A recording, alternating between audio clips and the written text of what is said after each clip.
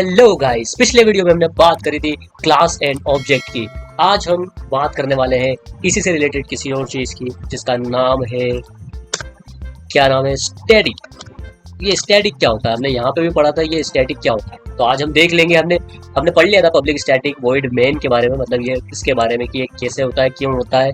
Static नहीं पढ़ा था, तो आज वो वक्त आ गया है जिसमें हम पढ़ेंगे स्टैटिक आखिर में ये क्यों होता है। ठीक है, तो ये स्टैटिक कीवर्ड, सबसे पहले तो मैं बताना चाहता हूँ कि स्टैटिक कीवर्ड कहाँ कहाँ यूज कर सकते हैं हम।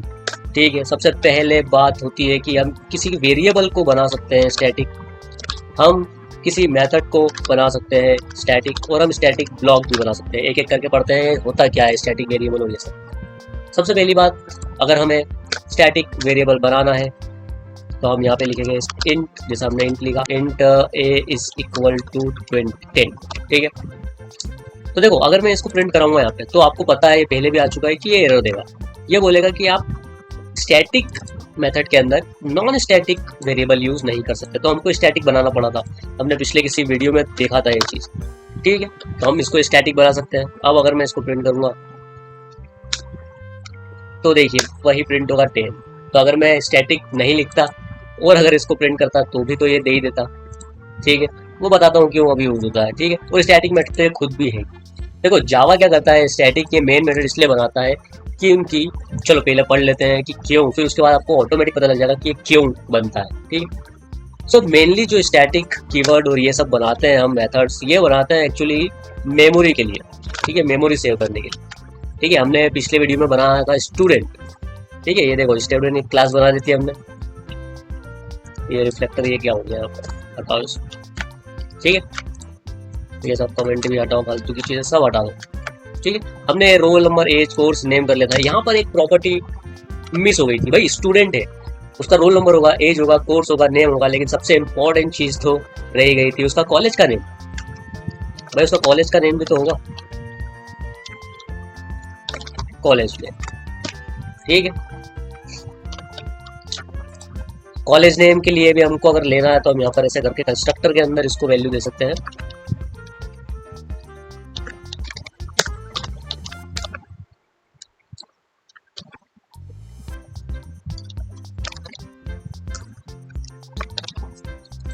और यहाँ पर हम लिख सकते हैं दिस।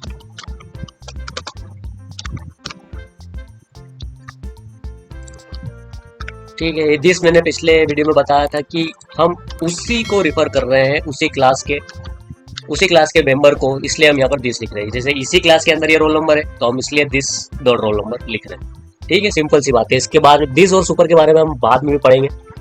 अभी बस आप इतना सोच लीजिए कि दिस का मतलब इसी क्लास में है और हम इसी क्लास के ऑब्जेक्ट को रिफर करेंगे, इसलिए इस दिस को हम कर सकते हैं इस प्रॉपर्टी को यूज करने के लिए। इसलिए हमने यहाँ पे दिस डॉट कॉलेज नेम लिखा है जो कि इसको रिफर करेगा, और ये वाला जो कॉलेज नेम है वो ये। ठीक है, तो जब भी हम यहाँ आएंगे तो यहाँ पर हम बनाएंगे ऑब्जेक्ट। ठीक है, तो फटाफट ऑब्जेक्ट बना लेता हूँ मैं। तो चलिए गाइस, मैं आ गया हूँ ये लिख के। मैंने क्या किया है कि दो स्टूडेंट बनाया, हमने यहाँ पर प्रॉपर्टी ऐड कर दी थी कॉलेज की।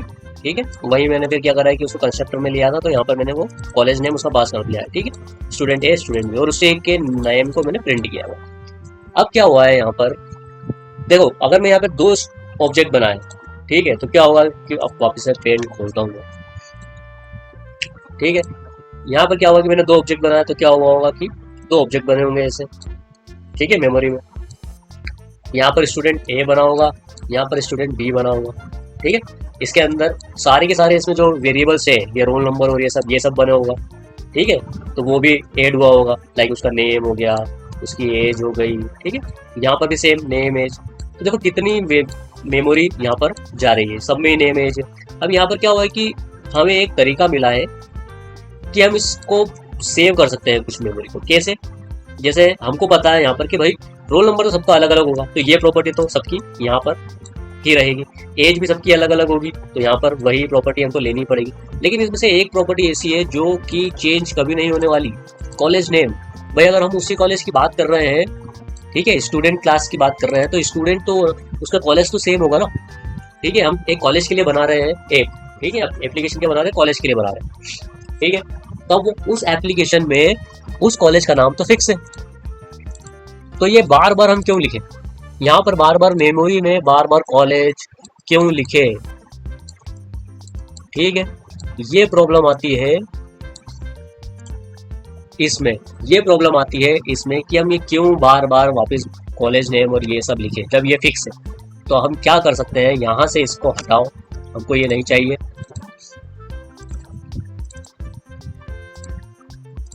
ठीक है, यह मैंने हटाया।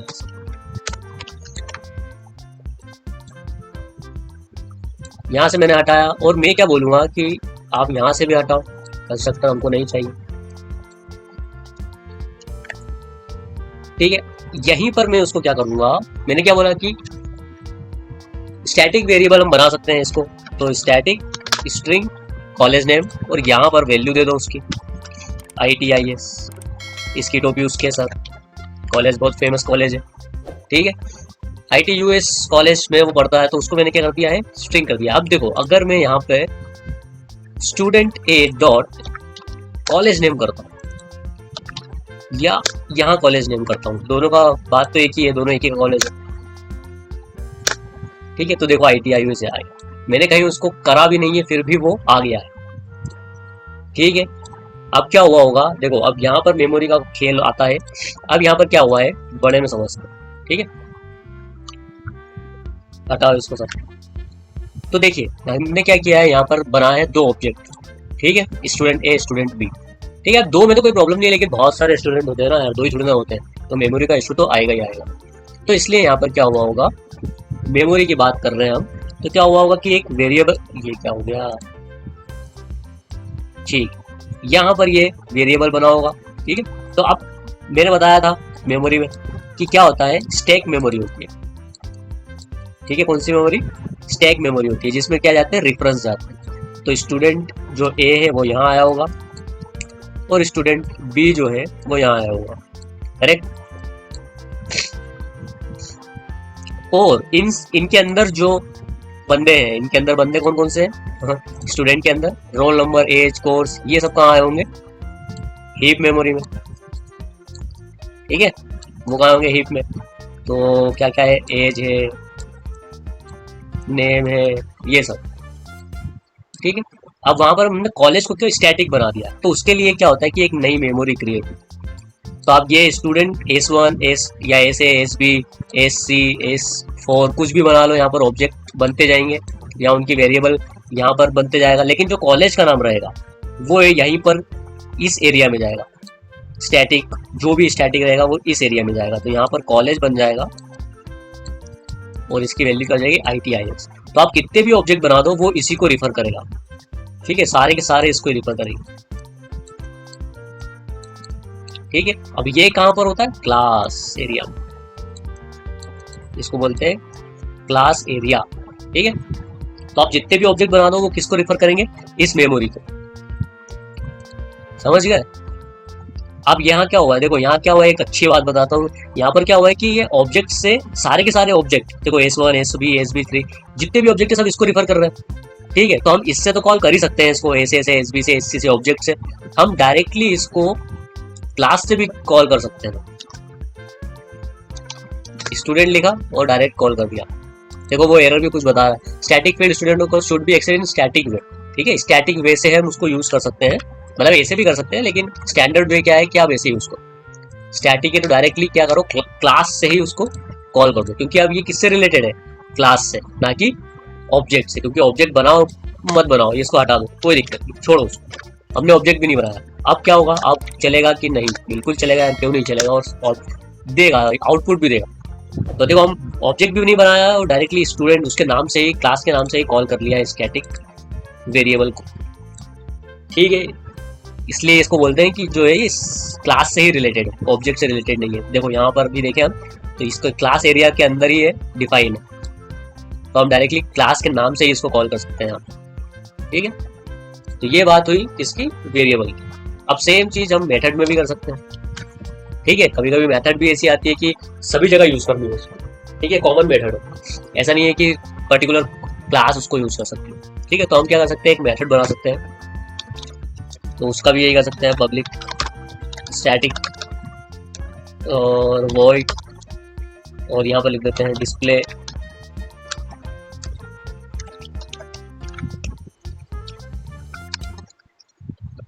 डिस्प्ले और रिटर्न कर देते हैं कुछ स्ट्रिंग। ठीक है, रिटर्न भी कर सकते हैं। अब ये क्या बोल रहा है, डुप्लीकेट मेथड पहले से ही है, डिस्प्ले कॉलेज नेम कर देते हैं। ठीक है, चलो अभी रिटर्न नहीं किया इसलिए वो एरर दे रहा है, तो यहाँ पर कर देते हैं रिटर्न। क्या करेंगे, हम लिखेंगे your college name is, college name is, यहाँ पर कर देंगे दिस डॉट कॉलेज। ठीक है, वो काम किया। ठीक है, अब देखो दिस कीवर्ड का यूज किया था तो भी वो नहीं दे रहा था, क्यों? क्योंकि हम स्टैटिक में दिस और सुपर दोनों को यूज नहीं कर सकते हैं। ध्यान देना, स्टैटिक में दिस और सुपर दोनों को यूज नहीं कर सकते हैं। तो दिस तो हमको पता है कि दिस क्या करता है कि इसी क्लास के ऑब्जेक्ट को रिफर करता है। ठीक है, जिससे हम ये प्रॉपर्टी यूज कर सकते हैं। तो ये स्टैटिक है, ये तो ऑब्जेक्ट से रिलेटेड ही नहीं है, तो क्लास से रिलेटेड है, तो इसलिए हम इसको यूज नहीं कर सकते। तो आप ऐसे कर सकते हैं।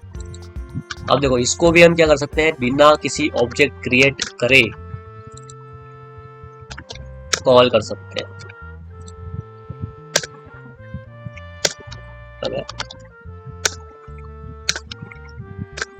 ठीक है, कॉलेज नेम इज IT। ठीक है, तीसरी बात आती है स्टैटिक क्या होता है। स्टैटिक तो स्टैटिक ही तो पढ़ रहे थे, स्टैटिक ब्लॉक होता है वो एक्चुअली। ठीक है, अब स्टैटिक ब्लॉक क्या होता है मैं लिख के बताता हूँ। यहाँ ये देखो स्टैटिक लिखा और ब्लॉक नहीं लिखना, ये लगाना। ठीक है, ब्लॉक नहीं करना।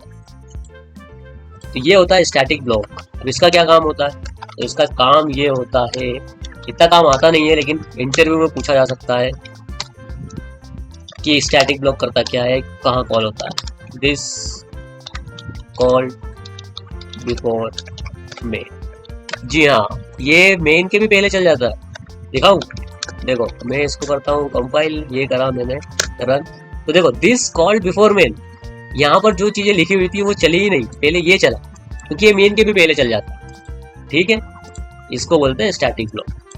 तो कोई सा भी काम ऐसा अगर आपको लगे कि मेन से पहले करवाना, इसमें स्टैटिक ब्लॉक में कर सकते हैं। अब बात आती है कि ये मेन मेथड स्टैटिक क्यों थी। देखो क्या होता है कि यार JVM कॉल करता है मेन मेथड, ये तो सबको पता ही है। ठीक है, अब वो कॉल करेगा तो उसको कॉल करने के लिए वो किसका ऑब्जेक्ट बनाया। ठीक है, यहाँ पर तो मैंने ये OBJ दिया हुआ, यहाँ पर मैंने प्रैक्टिस दिया हुआ था, स्केन, स्ट्रिंग एक्स, डिफरेंट तरीके से नाम है यार, कोई सा भी है। तो बार बार वो ऑब्जेक्ट थोड़ी ना बनाएगा इतने सारों के, तो पागल थोड़ी ना है कि सब ऑब्जेक्ट बनाते बैठेगा और वो करेगा, मेमोरी कितनी चली जाएगी फिर। इसलिए वो डायरेक्टली बोलता है कि तुम तो एक काम करो, मैं डायरेक्टली कॉल कर दूंगा। ठीक है, ऑब्जेक्ट नहीं बनाऊंगा, तुम तो बस क्लास के अंदर मेन मेथड बनाओ, उसको स्टैटिक बना दो, मैं डायरेक्टली कॉल कर दूंगा बिना ऑब्जेक्ट बनाया, तो मेमोरी का कोई इशू नहीं रहेगा। इसलिए वो मेन मेथड स्टैटिक ही रहती है। ठीक है, पब्लिक तो पता ही है, पब्लिक कहीं से भी कॉल हो सकती है, इसलिए वो पब्लिक है। स्टैटिक मैंने बता दिया। वॉइड, इसको कुछ चाहिए नहीं, रिटर्न करवाना ही नहीं है, क्या करेगा रिटर्न करके, JVM लेके क्या करेगा वैल्यू, इसलिए नहीं चाहिए। बहुत सारी प्रोग्रामिंग लैंग्वेज में चाहिए होती है, इंटीजर वैल्यू देते हैं रिटर्न में। ठीक है, क्योंकि उनको पता होना चाहिए कि यार कुछ ना कुछ सही चला या नहीं चला। जावा बोलता है मुझे नहीं जरूरत तो नहीं जरूरत। ठीक, स्ट्रिंग आर्गुमेंट पढ़ा ही था हमने, तो हमने डिफरेंट तरीके से देख लिया सब कुछ, स्टैटिक भी पढ़ लिया। आई होप समझ में आया होगा। दैट्स इट, आज के लिए इतना ही, मिलते हैं नेक्स्ट वीडियो में। बात करेंगे, चलो देखिए दिस या सुपर की बात करेंगे, नहीं तो कुछ और क्लास के बारे में पढ़ेंगे। Till then bye.